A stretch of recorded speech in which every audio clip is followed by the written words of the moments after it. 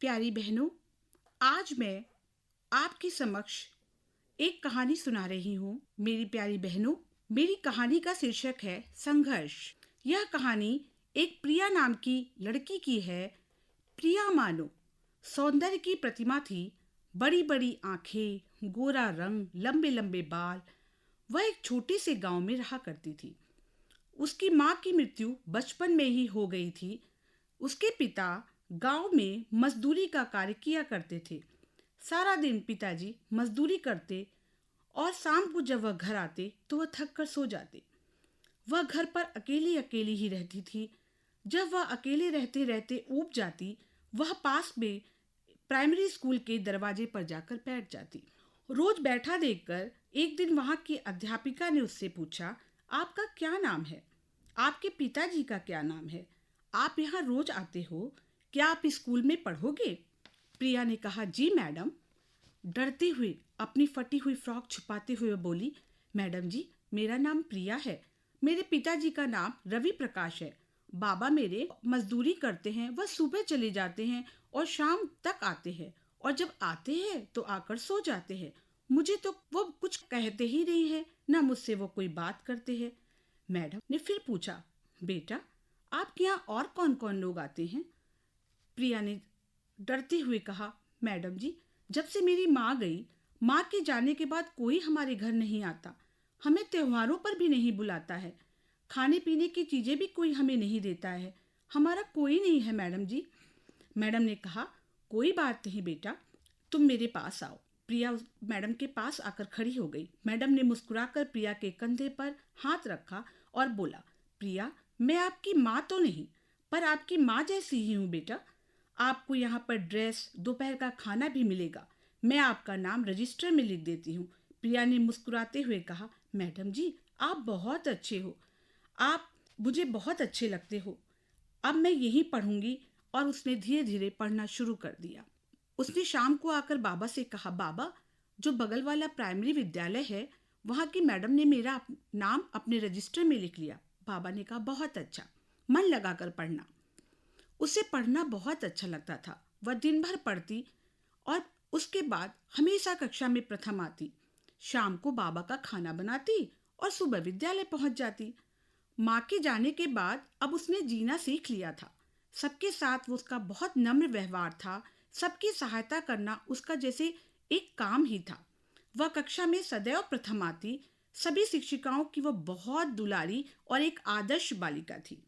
धीरे धीरे समय बीतता गया। वह 12th तक आ गई। एक दिन गांव वालों ने बाबा से कहा, इसका विवाह कर दो और जीते जी इसे अपने घर भेज दो और गंगा नहा। बाबा को उसकी शादी की फिक्र बहुत सताती थी। उन्होंने सबसे कहा। एक दिन उन्हें उनके बचपन के दोस्त सर्वेश्वर जी मिल गए। उन्होंने उनसे भी कहा। सर्वेश्वर जी ने कहा, अरे प्रिया के पापा, हमें आपकी बेटी प्रिया अपने अनिल के लिए बहुत पसंद है। शाम को रवि प्रकाश प्रिया के पास जाकर उसे अपने पास बुलाते हैं और बिठाते हैं और उससे बोलते हैं, बेटी, मैंने आपका विवाह सर्वेश्वर जी के बेटे अनिल से तय कर दिया है। तुम्हारी क्या राय है? प्रिया ने सिर झुकाकर कहा, बाबा, आपका आदेश मेरे सारे सपनों से बड़ा है। बाबा के फैसले सबसे अच्छे होते हैं। बाबा ने उधार पैसे लेकर प्रिया का विवाह अनिल से करा दिया। प्रिया बाबा से बिछड़कर बहुत रोई। अभी बाबा ने प्रिया की शादी पर उठाए हुए कर्ज को चुकता भी नहीं किया था कि एक दिन सुबह प्रिया हाथों में पट्टी बांधकर बाबा की दहलीज पर आकर खड़ी हो गई। बाबा ने घबराते हुए पूछा, बेटी प्रिया, सुबह सुबह यहाँ कैसे और हाथ में क्या हुआ? प्रिया ने रोते हुए कहा, बाबा, ये मुझे रोज मारते हैं और आपसे ऑटो खरीद कर देने के लिए कहते हैं।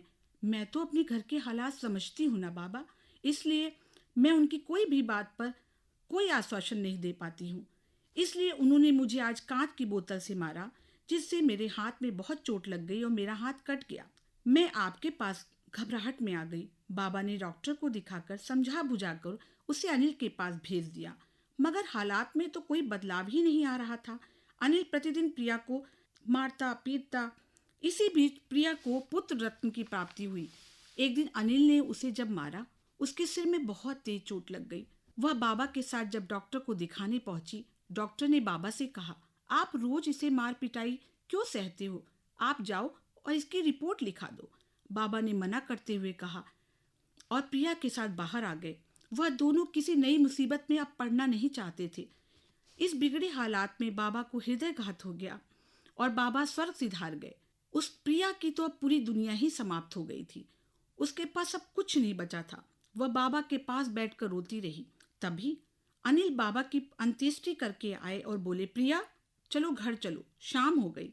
प्रिया सबके सामने खड़े होकर कहती है, वह घर नहीं जहाँ सम्मान नहीं, जहाँ मेरे बच्चों के सामने मारा जाए। जब तक बाबा थे तब तक बात ही कुछ और थी और मैं उनके सम्मान के लिए सदैव चुप रही। मेरे गम में मेरे बाबा ने दुनिया छोड़ दी। मैं अब अकेले आगे बढ़ूंगी। मैं 12th पास करके आपके विवाह बंधन में बंध गई। अब आपके साथ भी रहते रहते 6 वर्ष बीत गए, बेटा भी हो गया, पर आप नहीं संभले। मैं पढ़ूंगी, मैं काम करूंगी, अच्छे संस्कार के साथ अपने बेटे को पालूंगी। अनिल उसके इस रूप को देखकर हतप्रभ था।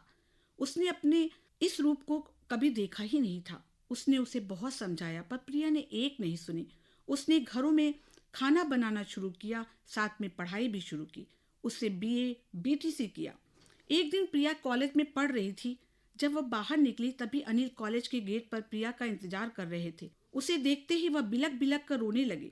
उससे माफी मांगते हुए उन्होंने अपनी गलती पर प्रायश्चित होकर हाथ जोड़कर कहा, प्रिया तुमसे ही तो मेरे घर की शोभा थी। तुम जैसी देवी के साथ मैंने जो अन्याय किया उसके लिए मुझे तुम माफ कर दो। मैं तुम्हारा पूरा सहयोग करूंगा। आगे बढ़ने की हर मंजिल में कभी भी बाधा नहीं बनूंगा। प्रिया ने जोर देते हुए कहा, मैं आपके साथ इस शर्त पर चलूंगी कि आप मुझे नौकरी करने देंगे, मेरे स्वाभिमान की रक्षा करेंगे। अगर मेरा चयन शिक्षिका के रूप में हो जाता है तो आप मुझे नौकरी के लिए रोकेंगे नहीं। अनिल ने मुस्कुराते हुए कहा, नहीं प्रिया, मैं तुम्हें कभी नहीं रोकूंगा। मैं तुम्हें रोक ही नहीं सकता हूँ, बल्कि सदैव तुम्हारे साथ सहयोग करूंगा। तुमसे ही तो मेरे और मेरे बेटे दोनों का सौभाग्य जुड़ा हुआ है। दोनों मिलकर घर आए, खुशी खुशी सामान बांधा और प्रिया स्वाभिमान के साथ अनिल के संग घर आ गई। अनिल उसे अब पूर्ण सहयोग करता, बेटे की देखभाल भी बहुत ही अच्छे संस्कारों के साथ करता। प्रिया को हर परीक्षा में वह लेने और छोड़ने जाने लगा। कुछ ही दिनों बाद प्रिया का सरकारी स्कूल में चयन हो गया और वह इस प्रकार से आगे बढ़ती ही चली गई। और कुछ ही दिनों बाद प्रिया का एक सरकारी स्कूल में जब चयन हो जाता है और वह शिक्षिका के रूप में नियुक्ति पा लेती है, तो वह एक दिन आता है जब वह प्रथम दिन जा रही होती है। उसे लगता है जैसे बाबा उसके साथ जा रहे हों।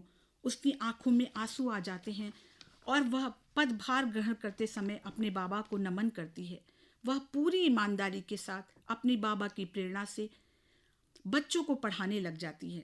बच्चे उसके सिखाए हुए ज्ञान को, उसके संस्कार को ग्रहण कर कक्षा में सदैव 90% अंक लेकर ही पास होते हैं। प्रिया ने आगे बढ़ने का जो संकल्प लिया था, उससे उसने आगे बढ़ना सीखा और आगे ही बढ़ती गई। वह प्रतिदिन पूरी निष्ठा से छात्रों के विकास में और अपने बेटे के विकास में लग गई। तो मेरी प्यारी बहनों, यही तो है महिला सशक्तिकरण, जहां महिला के स्वयं की क्षमता और योग्यता इस प्रकार विद्यमान हो जाती है जिससे वे अपने जीवन से जुड़े हुए सभी निर्णयों को स्वयं ले सकें और जीवन की कर्म भूमि में सदैव आगे बढ़ती रहें। आशा और विश्वास है मुझे आपको मेरी ये कहानी संघर्ष अवश्य पसंद आई होगी। बहुत बहुत धन्यवाद।